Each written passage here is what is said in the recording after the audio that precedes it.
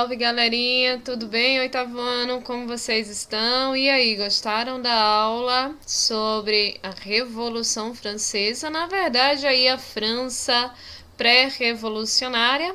Bom, agora, né, nesta aula, nesta videoaula, eu vou aí corrigir as nossas atividades, tá? Eu espero que os senhores tenham aí e compreendido bem as questões pré-revolucionárias, porque elas serão aí essenciais para as próximas aulas, certo? Mas vamos às questões. Vamos embora.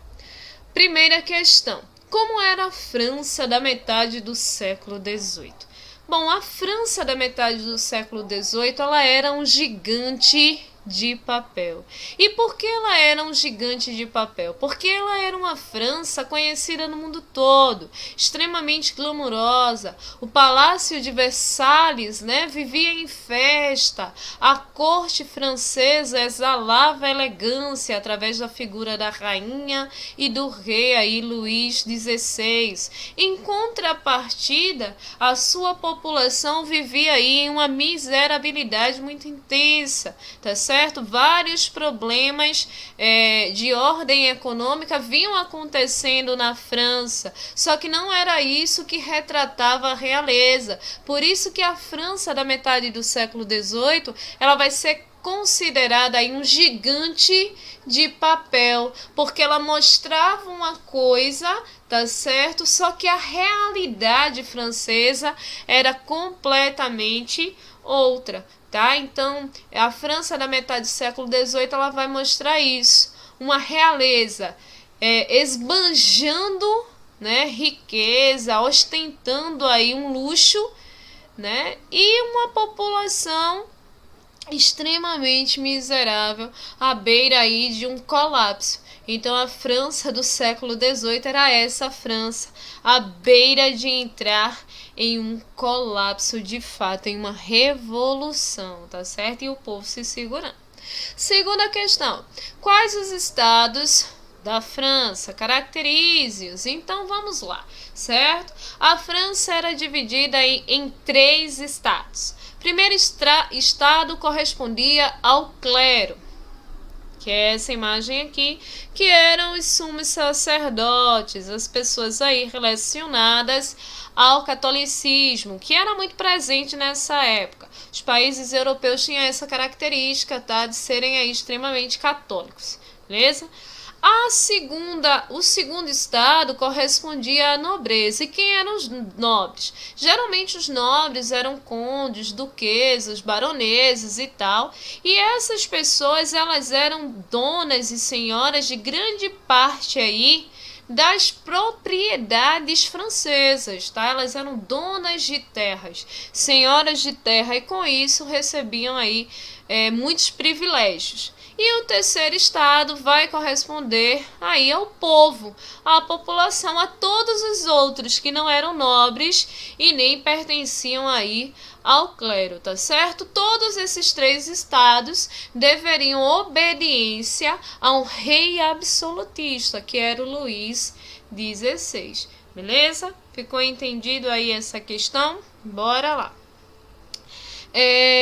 Qual a situação aí do terceiro estado francês, tá certo?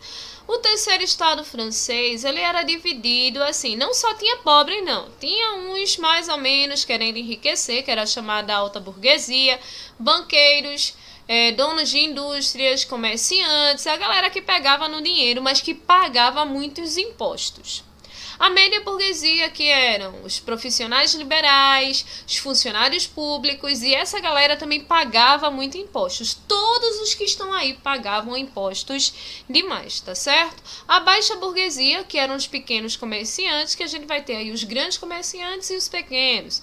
E as classes populares, que correspondia à maior porção da população, tá certo?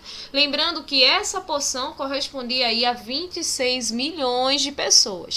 Artesãos, operários, camponeses, servos, porque ainda haviam servos, pessoas que trabalhavam aí, certo? Sem ganhar absolutamente nada. Eles eram servos do rei, deveriam fazer suas obrigações servis até a morte, beleza? E os sans-culottes. Sans-culottes nada mais eram, lembram lá da aula? Pessoas aí que usavam calças de boca larga, né? A calça comprida e tal, hoje a gente usa ela meio apertadinha e tal. Mas naquela época, quem usava ela com a boca bem larga, bem folgada, eram chamados de sans-culottes, que geralmente eram os operários das indústrias, beleza? Já os outros usavam os culottes, ou seja, as calças apertadinhas com essas botas aí e tal, tá certo? Isso, na verdade, era uma moda da época, tá? Muito usada entre eles. Explique aí por que a população atrelava as más condições de vida à figura da rainha. Bom, a rainha Maria Antonieta, ela era altamente conhecida pelas cortes europeias, tá? A rainha francesa, ela era austríaca, como os senhores bem sabem. A França, ela tinha uma rixa muito grande com os austríacos. E para acabar com esse impasse, o que foi que fizeram? Eles casaram a princesa austríaca com o príncipe francês, para que os dois reinos aí entrassem em harmonia. Essa era a única forma de reis e rainhas aí encontrarem a diplomacia, digamos assim, tá certo? Porque tinham a desculpa de não invadir a Áustria, assim como a Áustria não, tinha a desculpa de não invadir a França. Por quê? Porque eles eram unidos através do matrimônio, que era aí o maior laço de relações e tal, tá? Ainda hoje acontece, mas naquela época o casamento era simplesmente um acordo comercial, beleza? Então, devido aí a esse acordo comercial, a Maria Antonieta, ela vai ser atrelada, tá, à figura de uma rainha que vai esbanjar demais. Por que ela vai esbanjar demais? Porque ela, para satisfazer assim a sua tristeza, ela queria festas e mais festas, construção de novos castelos, né? O Palácio de Versalhes aí davam 3 a 4 festas por semana, que durava cerca de 12 horas, e convidava o clero, convidava toda a nobreza. Então saía gastando horrores, enquanto o palácio fazia ali, né, castelos belíssimos e tal. A população estava faminta, e a população, ela via isso, via as festas, via o glamour, via tudo o que estava acontecendo, e é claro que no seu íntimo se revoltava e associava as más condições dela, da sua população, né, de pobreza, de fome, de miserabilidade, de necessidades básicas à figura da rainha, porque ela necessitava esbanjar elegância, trazer aí modelos de vestidos, sempre eram vestidos novas joias no cabelo, no pescoço, brincos e tal. Então era uma mulher muito vaidosa, muito elegante, tá? E ela precisava esbanjar isso. Tanto é que a França ainda hoje é referência em questões de moda e tal. Então a França da metade do século XVIII, ela vai esbanjar isso, tá certo? Então a população, ela vê esse esbanjar todinho da realeza com maus olhos, porque vê uma falta de desinteresse do seu rei com sua população. Porque o que a população quer é que o rei cuide deles, né? E não havia cuidado nesse sentido. Uma preocupação com a população, com a qualidade de vida, e sim com as necessidades que a rainha tem, com os caprichos, com o desejo que se tinha aí de promover festas e promover aí uma riqueza que não tinha, tá certo? Era basicamente aí essa questão. Eu peço para que vocês, na quinta questão, expliquem aí as crises que a França estava passando na época, tá? Então, a primeira crise que a França vai passar é uma crise aí econômica. Por que uma crise econômica, professora? Porque a crise econômica, ela está relacionada à produtividade, a quantidade de produtos que um país vai produzir, ele vai vender e tal, tá certo? E todo país ele necessita de uma agricultura para a alimentação base da sua população e também para vender para mercados externos. Nessa época, a França estava passando por intempéries climáticas muito fortes, tá?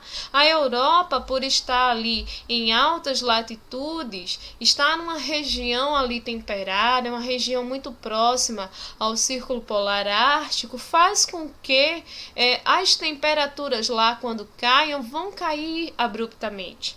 Quando a temperatura é elevada, ela vai elevar abruptamente. E isso é ruim aí para a agricultura, tá? A agricultura ela não aguenta essa oscilação brusca de temperatura, nem calor demais, nem frio e nem água demais. Então, a Europa estava passando por todo esse processo, essas intempéries climáticas, fazendo com que a produtividade caísse bruscamente, tá certo? Então, a produção de insumos agrícolas aí caiu bruscamente na região. Então, a preocupação econômica basicamente estava relacionada a isso. Um outro fator foi o seguinte: o outro fator foi industrial. Por que industrial? Porque nessa mesma época a Inglaterra, tá certo, surge aí com a Revolução Industrial e começa a produzir em larga escala e abastecer os países da Europa, inclusive a França, que vai ter um acordo com a Inglaterra. Quando a França assina esse acordo com a Inglaterra, tá certo? Meio que tipo um acordo de paz, de diplomacia e tal, permite que os produtos ingleses entrem no território francês com pagamentos de impostos baixíssimos e há alguns produtos que chegam até a não pagar os impostos à França, fazendo com que os produtos ingleses se tornassem aí mais baratos do que os produtos franceses. Então, consequentemente, a população, certo? Que já não tinha dinheiro nenhum porque pagava muitos impostos à realeza, né? Ao rei, que eram cobrados através de decretos e tal, a população comprava os produtos ingleses, fazendo com que os produtos franceses se mantivessem ali parados em prateleira e não havia uma movimentação da economia. Com isso aí, a galera das indústrias quebravam, né? Os operários tinham que ser demitidos, a população entrava em colapso e tal, porque nem tudo a Inglaterra fornecia, então era uma série de fatores bem complicados, tá? Uma outra crise que a França ela vai sofrer nesse período é uma crise aí fiscal. E o que seria aí uma crise fiscal, tá? A França ela vai entrar em déficit fiscal. Por quê? Porque ela vai gastar com suas festas, com seus palácios, com seus vestidos belíssimos, com a sua alta moda, né? Com tudo isso aí, a França ela vai gastar cerca de 78 vezes mais do que ela ganha. Vê só, ela vai gastar 78 vezes mais do que ela ganha. Ela está com a agricultura aí falida porque não consegue produzir por conta do tempo. Ela está com a indústria que não consegue vender porque a Inglaterra está vendendo mais barato do que ela e ela ainda está gastando mais do que podia. Então, a situação francesa não tá nada legal nesse sentido, tá certo? Eu acredito que diante da explicação da videoaula vocês tenham conseguido fazer isso aí sem problema nenhum. Vamos aí à crise política, tá? Em meio a tudo isso, há uma insatisfação do terceiro estado, daqueles 26 milhões muito grandes. Por quê?